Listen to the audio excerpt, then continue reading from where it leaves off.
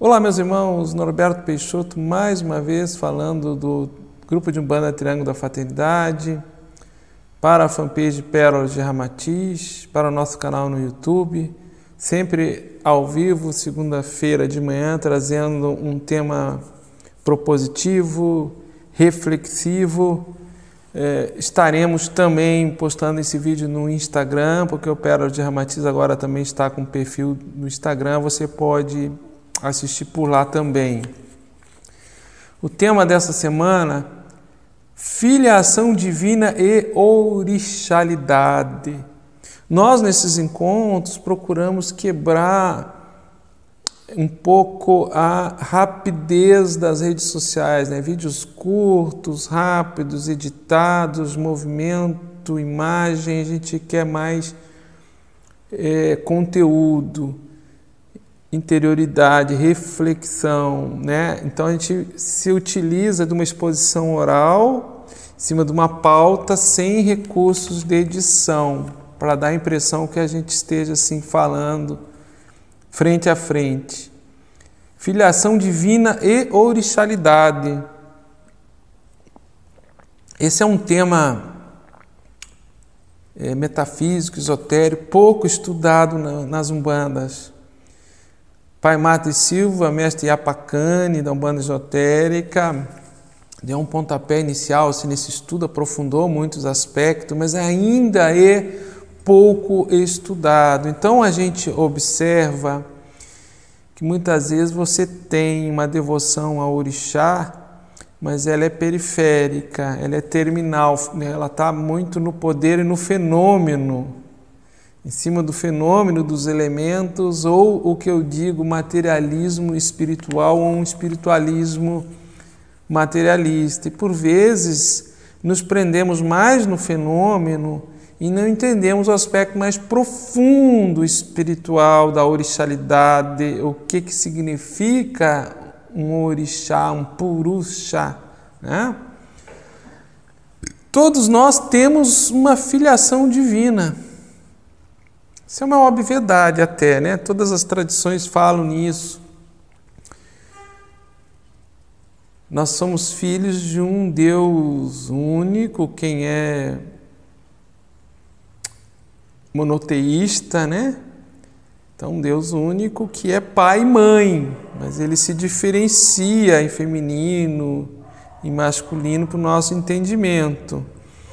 Quando nós fomos criados em espírito, nós estávamos imersos, mergulhados num plano virginal, que ele é imanifesto, ele é não vibrado, ele é vazio de manifestação. Não quer dizer que ele não seja inexistente, seja o vácuo do nada. Não, é a consciência divina, a consciência suprema. Então, quando nós fomos criados como pequenas chispas que se soltaram de uma chama maior, a gente vai entrando o mundo da manifestação, do imanifesto, do não vibrado, do vazio para o manifesto, para o vibrado, para o preenchido. E aí vem no descenso vibratório, plano causal ideativo, plano astral, etérico, até chegar num físico, numa densidade onde estamos encarnados agora. Então essa filiação divina, quando a gente se solta do todo cósmico, né? Todos nós somos filhos de um pai e mãe cósmico, né? Uma manifestação da consciência suprema. Podemos definir como orixá ancestral o nosso primeiro contato com o mundo manifestado, vibrado, quando a gente se soltou desse todo, nosso orixá ancestral. Primeira atributo e perfeição divino, bem-aventurança que a gente teve contato no mundo manifestado, expansão dessa consciência única, diferenciada, é o nosso orixá ancestral.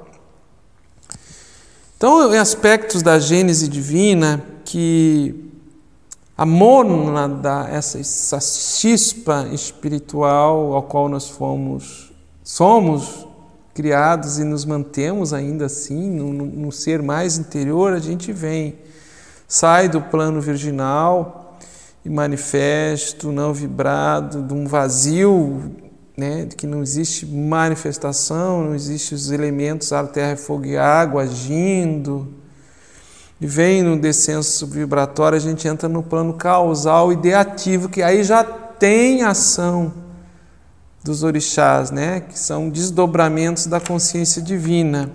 O plano causal ideativo ele já é manifesto, ele é vibrado, não como nós entendemos vibração, mas é uma vibração muito sutil, quintessenciada, que a gente não consegue definir. Ele é preenchido, mas ele é não físico, ele é espiritual, completamente espiritual. Ele não é físico nem hiperfísico, ele é espiritual. E aí, no plano causal ideativo, habitam os orixás maiores, consciências cósmicas, arquitetos siderais, né? Habitam os Mahadevas do Oriente, habitam o plano causal ideativo. E através do plano causal ideativo, essas consciências que ali habitam são co-criadoras e mantêm todo o cosmos manifestado. E nós passamos pelo plano causal ideativo como um pássaro que rasga o céu, mas não se fixa, né? E entramos no plano astral e vamos paulatinamente vindo num descenso vibratório até nos apropriarmos de um corpo adequado, um meio astral, né? As moléculas se condensam para abrigar a nossa chispa divina, a nossa mônada. O plano astral ele é manifesto, tem ação dos elementos, ele é vibrado, ele é preenchido de individualidades, né? Ele é físico e, em alguns casos, dependendo da mais para o astral superior, hiperfísico, mas todos ainda físicos. A gente às vezes confunde plano espiritual com plano astral. O plano astral ele é físico, ele é impermanente, ele tem um prazo de validade, ele está atrelado, cada plano astral está atrelado a um orbe, a um planeta, né? Planetas físicos e hiperfísicos. Depois nós teríamos planetas espirituais no plano causal, ideativo, que a gente não consegue definir. E a gente vem desde o plano virginal, né? Causal ideativo, desde que a gente saiu do plano virginal, passando por causal ideativo, na primeira manifestação da mônada, nós já temos um influxo dos orixás. E esse influxo ele vai se fortalecendo até o plano causal e até o físico, com mais intensidade no físico pela ação das forças da natureza. Os elementos ordenadores, ar, terra, fogo e água, que são táttivas, são regidos pelos orixás, que seriam os mesmos princípios dos táttivas orientais, né? São ordenadores, os orixás seriam ordenadores, organizadores do mundo de manifestação todo e carregam perfeições, atributos e bem-aventuranças divinos, porque o orixá ele é a expansão da própria consciência divina. Então os orixás estão ordenando os nossos veículos da consciência, os nossos corpos, estão organizando. E quando a gente chega no físico para estagiar num planeta físico, aí a gente tem toda aquela caminhada do mineral, vegetal, hominal, até adquirir individualidade de consciência, e os orixás estão ali ordenando, organizando, nos conduzindo à perfeição. Dentro desse aspecto de filiação divina e orixalidade, todos nós somos filhos de todos os orixás, porque todos nós somos filhos de um Deus único, monoteísta, Deus, Pai e Mãe. Se os orixás são expansões divinas, todos nós somos filhos dos orixás. Talvez aí comece a confusão, né? eu vou explicar depois, né? Essa reintegração divina nossa com o potencial de todos os orixás, é que eu digo que é a jornada da formação da consciência nos planetas físicos, né? Imersos em planos astrais. A cada encarnação tem determinados orixás que se sobressaem, que popularmente a gente chama orixá, o pai de cabeça, né? Orixá de frente, o adjunto, da esquerda e da direita. Essa semana me perguntaram, o que faz o orixá da esquerda e da direita? Ele faz a mesma coisa que o de frente e o adjunto. Influencia, estimula o propósito de vida que Ori carrega, que a alma, o self carrega. E as experiências que nós temos que passar. Obviamente, o orixá de frente com mais influência, aí 70%, 65%, 75%, o 20% adjunto, e aqui 5%, 10%, isso varia. Mas todos influenciam o propósito de vida, a finalidade é a mesma. Isso compõe o Eledar, e isso muda a cada encarnação. E às vezes a gente confunde orixá pai de cabeça. Não, meu pai de cabeça é Oxóssi, eu não sou filho de Xangô. Meu pai de cabeça é Ogum, eu não posso ser filho de Exu. Aí começa a polêmica, porque Exu ainda é demonizado no imaginário popular, no inconsciente coletivo e dentro das umbandas, Deus o livre, né? Não, Exu não pode reger coroa, Exu, tudo bem, você pode ter um caboclo, você pode ter um Ogum que você assume frente com os mesmos atributos de Exu, mas você não deixou de ser filho de Exu. De todos os orixás e de Exu em particular, porque Exu que permite o ordenamento dos átomos, moléculas astralinos, causais ideativos astralinos do plano astral, depois etéricos, físicos, para que a gente consiga aglutinar essa matéria, condensar isso em matéria, e aí a consciência ser abrigada lá na glândula pineal, né? Sentimento no coração, e esse verticalidade com o intelecto e o sentimento abriga a possibilidade de manifestação da consciência, a individualização de Ori, que é o orixá pessoal, e a partir daí executarmos nosso propósito de vida. Então todos nós somos filhos de todos os orixás, isso muda a cada encarnação. E a gente confunde, às vezes, Eledar, que é essa composição de uma encarnação, com uma filiação ao orixá definitiva. Isso, no meu modo de ver, é um equívoco. Ou você misturar a filiação divina ao orixá com manifestação mediúnica. Eu sou filho de Oxóssi, no meu Eledar, nesta encarnação. O guia-chefe Caboclo Peri é de Xangô.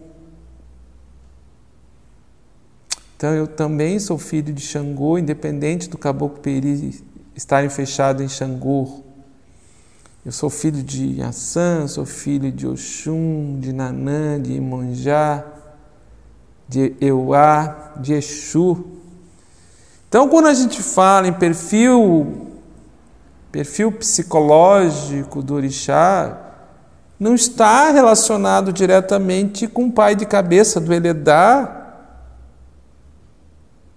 porque perfis psicológicos de Ogum, perfis psicológicos de Oxóssi, perfis psicológicos de Exu, de Iaçã, tem a ver com comportamento, com atitudes, e a gente varia isso de acordo com os ciclos da nossa vida, com o estágio da nossa vida, em momentos que nós estamos vivendo. Então, durante o dia, pode acontecer que durante o dia, em determinado momento, eu esteja com um perfil psicológico, né, de Exu, mais alegre, mais resoluto no desembaraço dos problemas que acontecem na nossa vida, mais comunicativo, né, com possibilidades de interações sociais mais intensas, mais dinâmico, mais aberto, mais expansivo à afetividade, aos relacionamentos, por exemplo. E observe que nem todo perfil ele é único, eles se entrelaçam. Então, Exu tem semelhança com Ogum, Ogum tem semelhança com Xangô, Xangô tem semelhança com Oxóssi, Oxóssi com Inhaçã, Inhaçã em alguns aspectos com Iemanjá, Iemanjá com Oxum. Estão todos entrelaçados, os atributos. Variam em determinados momentos, podem estar mais quentes, em outros momentos mais frios.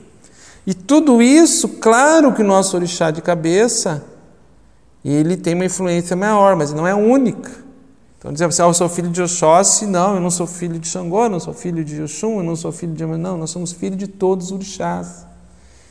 E temos que reintegrar na personalidade, que eu falei em outro vídeo, ou seja, espiritualizar o ego, fortalecendo o ori, absorvendo as perfeições e atributos dos orixás.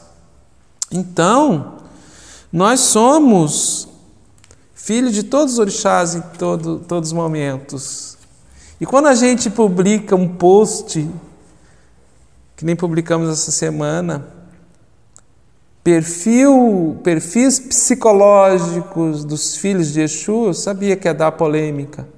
Ah, mas na Umbanda Exu não é pai de cabeça, mas na Umbanda não pode, na Umbanda isso, na Umbanda aquilo. Lá na minha casa sim, a gente tem filho de Exu, a gente faz, compõe Eledá. Então de cada casa varia de uma casa para outra, conforme com a tradição, mas de uma maneira geral, dentro das Umbandas, não.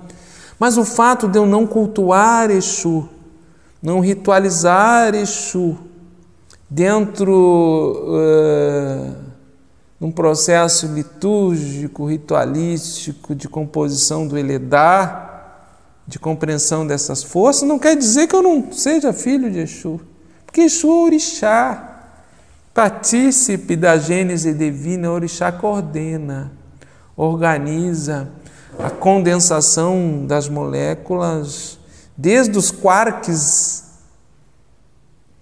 mais sutis que compõem os átomos, que entram no aspecto rarefeito de imaterialidade, que a ciência hoje observa, essa instabilidade no átomo, né, do vazio, que tudo é preenchido de vazio. Mesmo nesse aspecto, Exu, o orixá Exu, como uma expansão da consciência suprema, está agindo. E nós fazemos uma confusão de orixá com mediunidade e formas de apresentação dos espíritos. Eu digo assim, não, na Umbanda é só caboclo, preto velho e criança. Sim, um tríplice aspecto, o triângulo, né, mantenedor, o tríplice aspecto das formas estruturais da Umbanda. Isso não quer dizer que não tenha outras formas de apresentação. Não quer dizer que o caboclo, na sua manifestação, contrarie ou bloqueie os atributos e perfeições da tua filiação com Exu. Porque se você não fosse filho de Exu, você não estaria, primeiro, encarnado. Segundo, a tua consciência não ia poder se expressar através da fala. Os sentidos não iam se comunicar com a consciência, não haveria comunicação, mensagem. Porque Exu não age só para fora, para o externo, ele está dentro de mim. Eu sou um cosmo, um microcosmo. Como Exu é o orixá mais emblemático no sentido de preconceito, de intolerância, de exclusão, porque a gente ainda tem aquele processo que está no nosso imaginário popular inconsciente de não é possível Exu ser um orixá do panteão. Então nós temos que tirar o Exu do panteão. E aí nós demonizamos.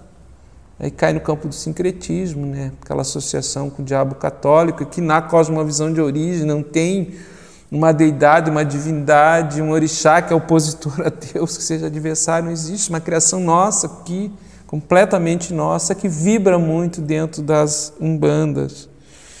Então eu quis fazer esse vídeo para a gente compreender um pouco melhor esses aspectos metafísicos e espirituais mais profundos da mediunidade, da nossa filiação divina com os orixás e como elas se relacionam ou não com a mediunidade.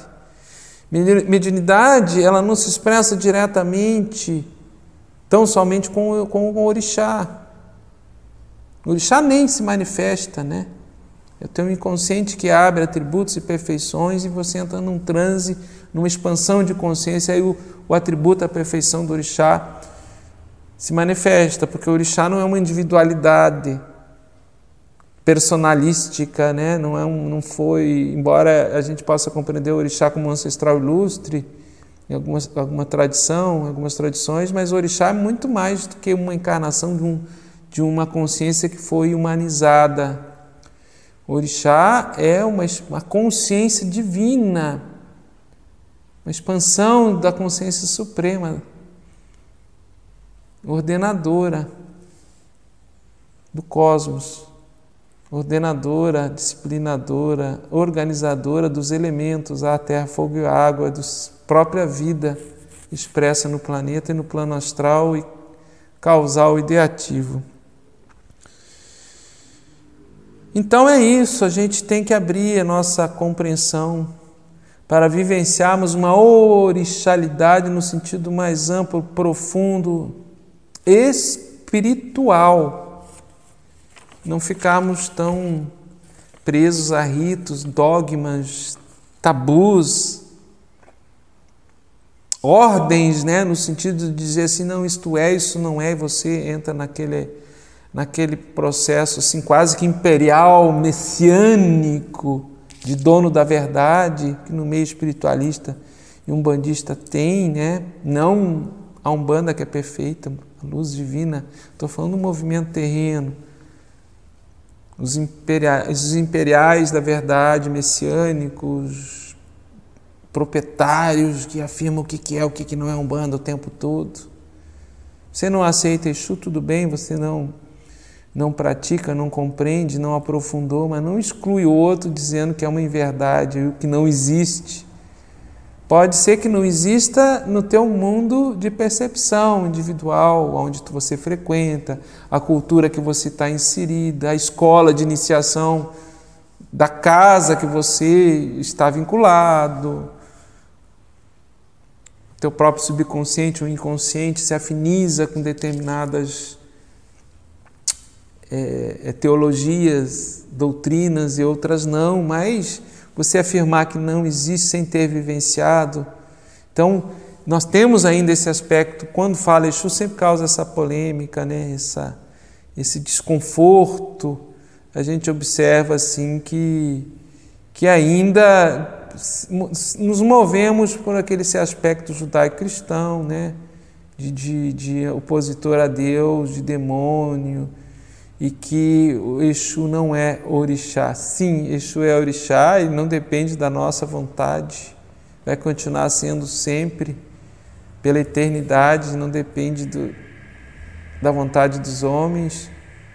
Sim, os orixás são universais, os orixás não são proprietários do afrodescendente, não são proprietários do africano, não são proprietários de ninguém. Os orixás são universais. E os mitos, os Itani Fá, né, os mitos de Fá, tem um mito que fala que os orixás se universalizariam no final dos tempos, né, no futuro, né, que seria um estado de consciência que nós adquiriríamos. Então falei sobre filiação divina, Gênese ou filiação divina e orixalidade. O tema é um pouco complexo, assim, quem está vendo pela primeira vez, eu tentei colocar da forma mais simples possível, né? Comecei explicando o descenso, a criação do espírito, o descenso né, do plano virginal e manifesto no vibrado, do vazio espiritual, passando pelo plano causal ideativo, manifesto, vibrado, preenchido já de consciências, mas não físico, espiritual, aí o plano astral nas suas diversas esferas, né? Já manifestado, vibrado, preenchido, físico e hiperfísico, até chegando num planeta inferior como é a Terra, em corpos perecíveis, impermanentes, como são os corpos humanos.